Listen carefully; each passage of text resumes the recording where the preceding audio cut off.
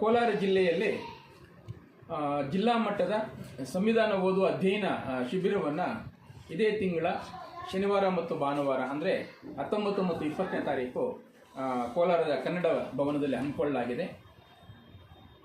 ಸಂವಿಧಾನದಲ್ಲಿ ಏನಿದೆ, ಈ ದೇಶಕ್ಕೆ ಸಂವಿಧಾನ ಎಷ್ಟು ಮಹತ್ವದ್ದು ಅನ್ನುವಂಥದ್ದನ್ನೆಲ್ಲ ಅರ್ಥ ಮಾಡ್ಕೊಳ್ಳೋಕ್ಕೆ ಸುಮಾರು 250ರಿಂದ 300 ಜನ ಭಾಗವಹಿಸ್ತಾ ಇದ್ದಾರೆ.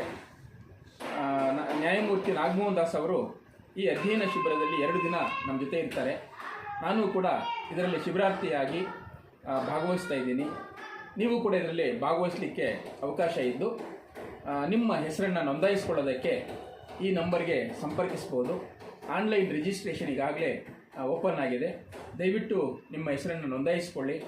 ಇದೊಂದು ಅವಕಾಶ ಕೋಲಾರದ ಜನರಿಗೆ ಸಂವಿಧಾನವನ್ನು ಅಧ್ಯಯನ ಮಾಡಲಿಕ್ಕೆ ಒಂದು ವೇದಿಕೆಯನ್ನು 2 ದಿನಗಳ ಕಾಲ ಕಲ್ಪಿಸಲಾಗಿದೆ. ನಾವೆಲ್ಲರೂ ಕೂಡ ಅದರ ಸದುಪಯೋಗ ಪಡ್ಕೊಳ್ಳೋಣ ಅಂತ ನಾನು ಈ ಸಂದರ್ಭದಲ್ಲಿ ಹೇಳ್ತಾ ನನ್ನ ಮಾತನ್ನು ಮುಗಿಸ್ತೇನೆ. ನಮಸ್ಕಾರ.